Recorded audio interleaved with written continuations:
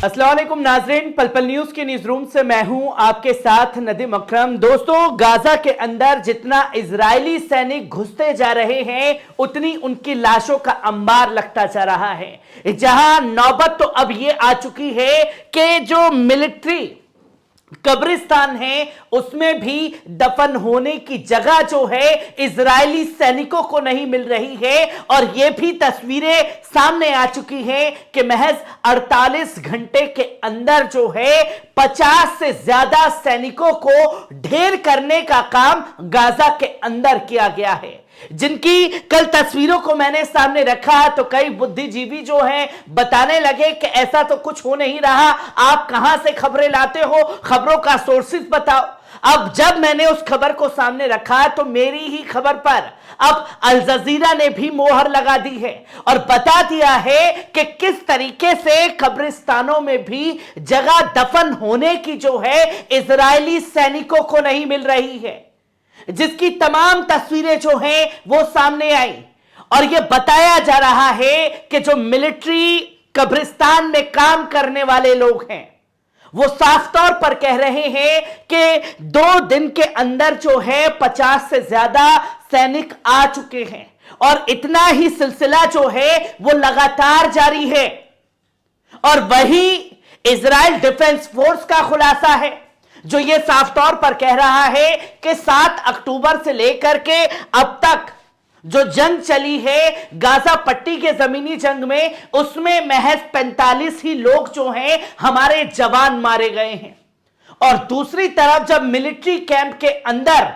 जाकर के रिपोर्टिंग करके आए लोग और कब्रिस्तान में काम करने वाले लोगों से बात की तो उन्होंने इजराइल डिफेंस फोर्स के उस झूठ की पोल खोल करके रख दी है, जहां उन्होंने खुद दावा किया कि 48 घंटे के अंदर ही 50 से ज्यादा सैनिक जो हैं वो मारे गए हैं और 50 से ज्यादा सैनिक जो हैं वो यहां पहुंच रहे हैं दफन होने के लिए। और कईयों को वेटिंग करना पड़ रहा है, पर इस तस्वीर को कोई हजम करने को तैयार नहीं है, जो कि आप ये साफ तौर पर देख सकते हैं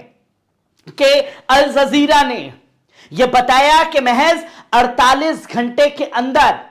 ये 48 घंटे का ऑफिशियल जो बयान है वो कब्रिस्तान से जुड़े लोगों का सामने आया जो कार्य करते हैं मिलिट्री कब्रिस्तान में। उन्होंने साफ तौर पर दावा किया और अपने बयान में कहा कि 48 घंटे के अंदर 50 से ज्यादा सैनिक जो हैं वो आ चुके हैं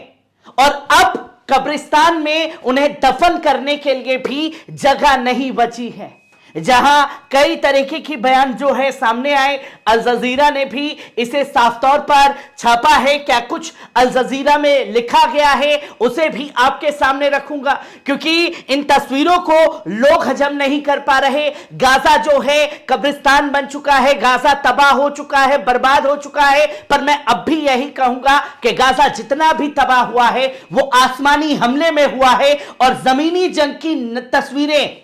आपके सामने हैं कि मिलिट्री का जो कब्रिस्तान है उससे जुड़े लोग क्या क्या खुलासे कर रहे हैं। जहां आप देख सकते हैं कि एक इजरायली सैन्य कब्रिस्तान के निदेशक ने यह खुलासा किया है कि गाजा पट्टी में होने वाली लड़ाई में इजरायली सेना की मौतों की संख्या लगातार बढ़ रही है। उन्होंने इस बात पर भी जोर दिया कि कब्रिस्तान में पिछले 2 दिनों के दौरान 50 से अधिक सैनिकों को दफनाया गया है और इतनी ही संख्या में डेली जो हैं कब्रिस्तान में दफन करने के लिए जो इजरायली सैनिक हैं उन्हें लाया जा रहा है। और यह मैं नहीं कह रहा बल्कि खुद खुलासा कर रहे हैं वही इजरायली कब्रिस्तान से जुड़े हुए लोग। पर इन चीजों को लोग हजम नहीं कर पा रहे। जहां माउंट हर्जिल सैन्य कब्रिस्तान, जिसका जिक्र मैंने आपको बताया था, माउंट हर्जिल सैन्य कब्रिस्तान के निदेशक डेविड ओरेन बारूक ने यह साफ तौर पर कहा कि इजरायली सुरक्षा मंत्रालय द्वारा प्रकाशित एक वीडियो क्लिप में पुष्टि की गई है कि कब्रिस्तान में हर घंटे अंतिम संस्कार की दर से बड़ी संख्या में मृत लोग आते हैं। ये 1.5 घंटे में लगातार हर आधे घंटे पर इजरायली सैनिकों को दफन करने का सिलसिला जो है वो लगातार जारी है और हर आधे घंटे में 2 से 3 इजरायली सैनिक जो हैं वो पहुंच रहे हैं। और सिर्फ ये 48 घंटों का महज रिकॉर्ड है जहां इजराइल डिफेंस फोर्स ये दावा करने पर लगा हुआ है कि भाई साहब अभी तक तो 7 अक्टूबर से लेकर के और जो जंग 44वें दिन चल रही है, हमारे सिर्फ उसमें 45 लोग ही मारे गए हैं। पर हकीकत यह है कि लगातार इजरायली सैनिकों की लाशों का अंबार गाजा के अंदर है। जितना अंदर घुसते जा रहे हैं, जो पीछे से टुकड़ी आती है, देखती है कि हमारे सैनिक तो मारे गए, हमारा टैंक ढेर कर दिया गया, फिर और सोर्सेस को बुलाया जाता है, उसके बाद घात लगा करके फिर हमले हो रहे हैं। जहां कई दिनों बाद भी कई इजरायली सैनिकों के जो शव हैं वो बरामद होते हैं इजरायली सैनिकों को ही। जहां बारूक ने कहा कि हम अब बहुत कठिन दौर से गुजर रहे हैं, हर घंटे या 1.5 घंटे में एक अंतिम संस्कार होता है, मुझे बड़ी संख्या में कब्रें खोदनी पड़ती हैं। केवल माउंट हर्जल कब्रिस्तान में हमने 50 सैनिकों को दफनाया था 48 घंटे के अंदर। अब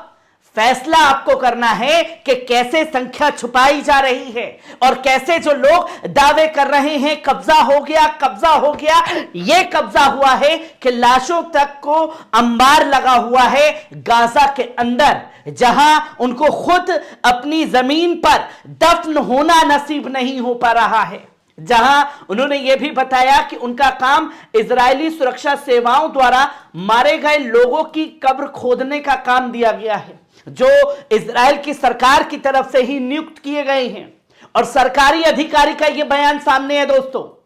जो ये साफ तौर पर दर्शाता है कि किस तरीके से लाशों का अंबार इजरायली सैनिकों का लगा हुआ है। जहां अल जजीरा ने बताया कि 27 अक्टूबर को पट्टी में जमीनी घुसपैठ की शुरुआत के बाद से गाजा में मारे गए इजरायली अधिकारियों और सैनिकों की संख्या बढ़कर 58 हो गई है। 27 अक्टूबर, क्योंकि 7 अक्टूबर को जंग शुरू हुई,